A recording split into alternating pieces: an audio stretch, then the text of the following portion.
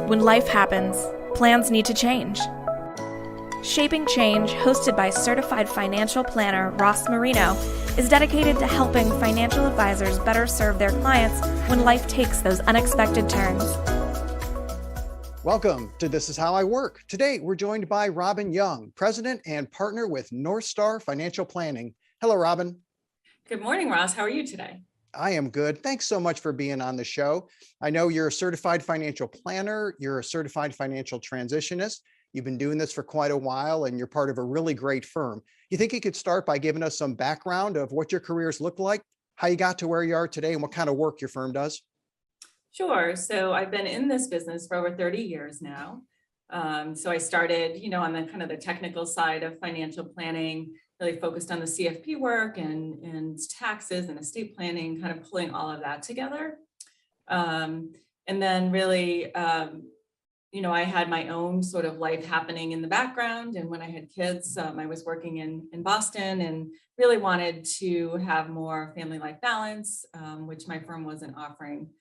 So my second decade, I kind of joined a gentleman in Southern New Hampshire who had more of that lifestyle and values that I did. And so I partnered with him at that point, left my firm in Boston, and kind of we went on the life planning journey together, helping understanding better how the whys really of how people make money decisions and kind of helping them achieve financial freedom kind of was our quest during those 10 years, which was really for me the heart of financial planning. It really brought in that personal aspect that I felt like the technical side really was lacking. But then once I bought him out in 2008, I really had a lot of transition clients coming to my office, women in particular, who had lost a spouse or was going through a divorce, and they needed really a different approach than life planning. They didn't know what their new, life story was going to look like. They couldn't vision. Really, they needed help stabilizing, managing change, feeling some peace and confidence. And so, how to have those discussions, I was really feeling lacking of how to bring in the personal side. I needed more training. So that's kind of how I went down the certified financial transitionist route with Susan Bradley to gain those skills to better help my clients personally and financially. So yeah, looking for the whys is something that as we mature as financial planners, you start getting to that point of realizing, Excel spreadsheets have their place, and so does a user interface that's pretty much just showing what's on the Excel spreadsheet, but it's just a piece of the puzzle. Sometimes maybe there's a transition in our lives, and over the course of years, we wake up and realize, man, I have got to understand what people are thinking, what they're feeling, and how they're making decisions. Maybe it's just an event, could be one client. Is there any particular circumstance where you said, I must learn to dive deeper and understand the whys, or do you think it was more of a gradual process? Kind of happened to me personally in working with a client when I was in Boston, right before I left my firm. I was doing his financial planning, and he left a big job it was a startup that he took public, and he decided to do a sabbatical and, kind of getting to know them on a deeper level. But at that point, I was commuting back and forth and not really aligned personally. So he was aligning his life, but I wasn't personally aligned. And I remember he said, how are you doing? How's your life going? And I just remember crying all the way home. And that for me was the moment that I needed to make a change and also just change the way I do business and working with clients. That's great. I've met quite a few certified financial transitioners, and while we go down the path of learning and we know it's so powerful, it just seems like sometimes there has to be a personal catalyst where we just wake up one day and realize, you know what, I'm not a unicorn. So I go through life, so do my clients. I really have to figure this out. I think the challenge we may have is that much of financial planning is looking, where are we today? Mm-hmm. Where do we want to be tomorrow? And then bridge that gap, right? Where I am and where I want to be. But when people are in a transition, and life is disrupted, all of a sudden where I want to be, it's hard to understand.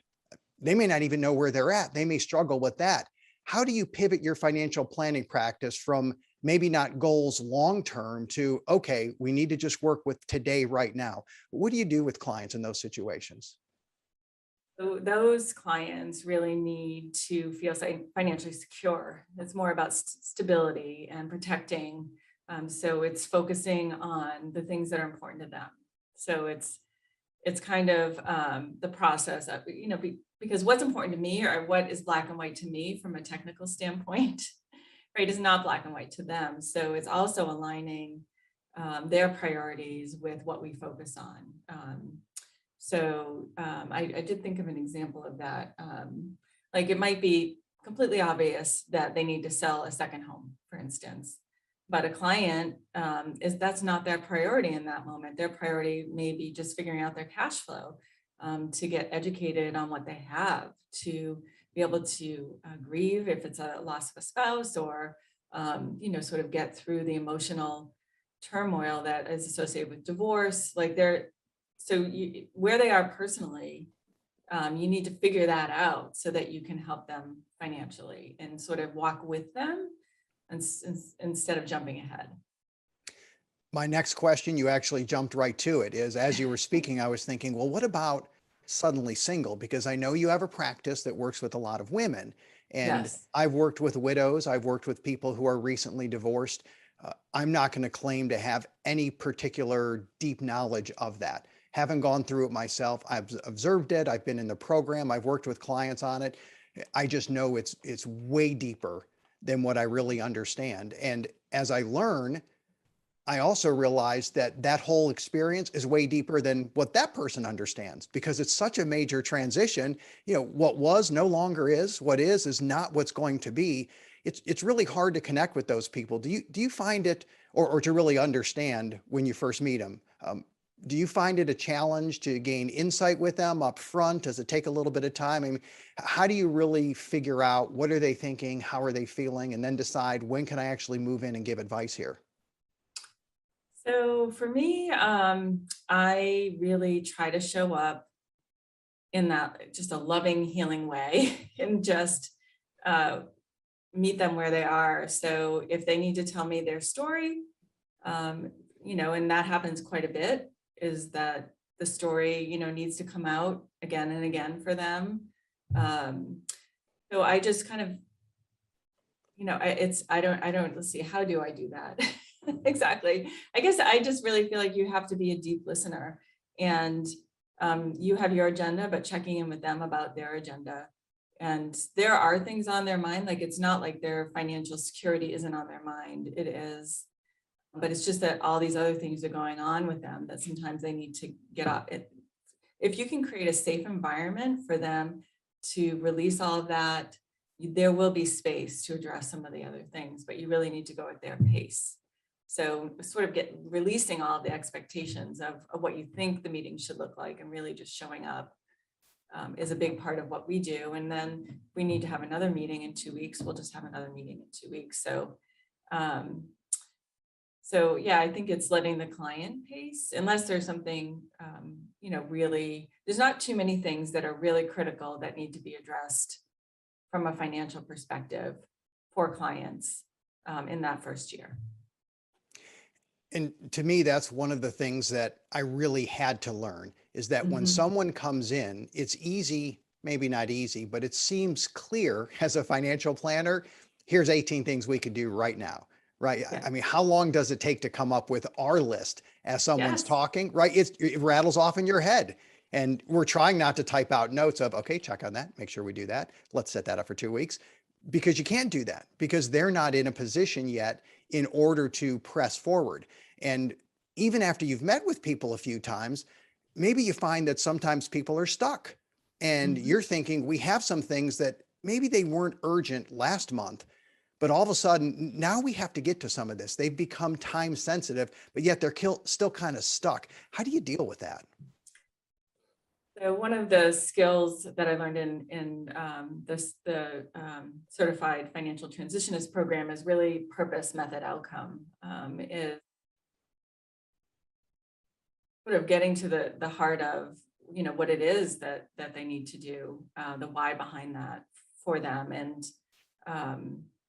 a tax filing may be a little less, there's no purpose behind that. It's just a to do. So you may offer, find out what their fear is about that, kind of offer to do it for them, with them, go to Social Security for them, with them, kind of try to show up in a way that makes it easy for them to overcome. But if it's something critical, like they need to get a life insurance policy, they said they were going to want to protect their family, you think it's pretty important, they don't think it's as important.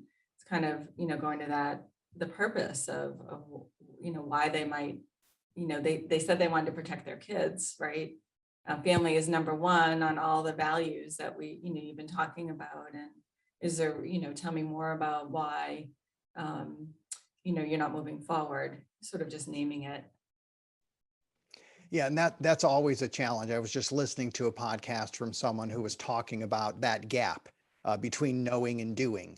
And it's a huge gap because people may know and they're still not going to do. And then in transition planning, we end up finding the people where they don't know because it's so new to them. And I think as a planner, it's a challenge where when we're in those situations, sometimes we don't really know. There's the easy stuff, which are the must-dos. Those are in our head. Those come into that checklist, right? That we could write it out immediately. But how things are going to develop, we may not really know. So how do you balance when you see 3 or 4 things that we really need to get to this now, but maybe they're saying, well, there's this one thing that I really want to do first. I think it's so important. And as a financial planner, it is just not a must do. And potentially it's a shouldn't do. So how do you work with that? So, clients, it's understanding their story about whatever that is.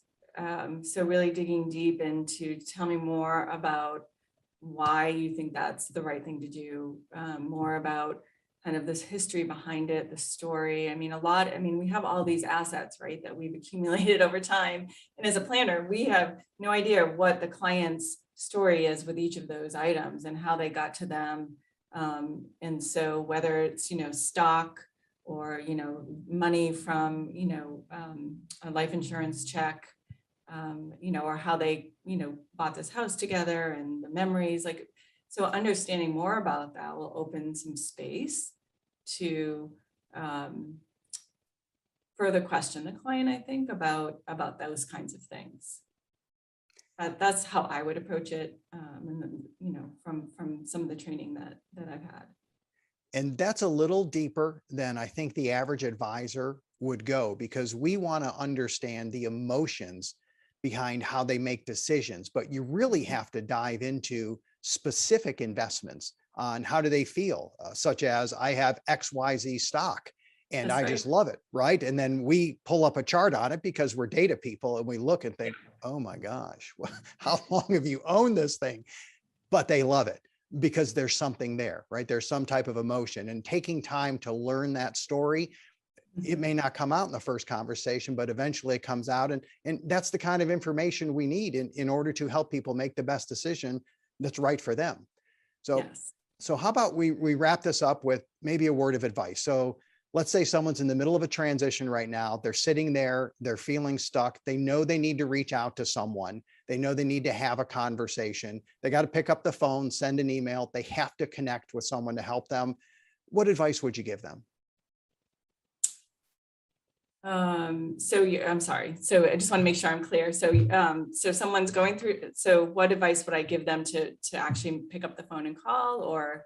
Yeah, how could you motivate them or encourage them to say, you know what, you got to reach out, you got to connect with somebody and get some help here?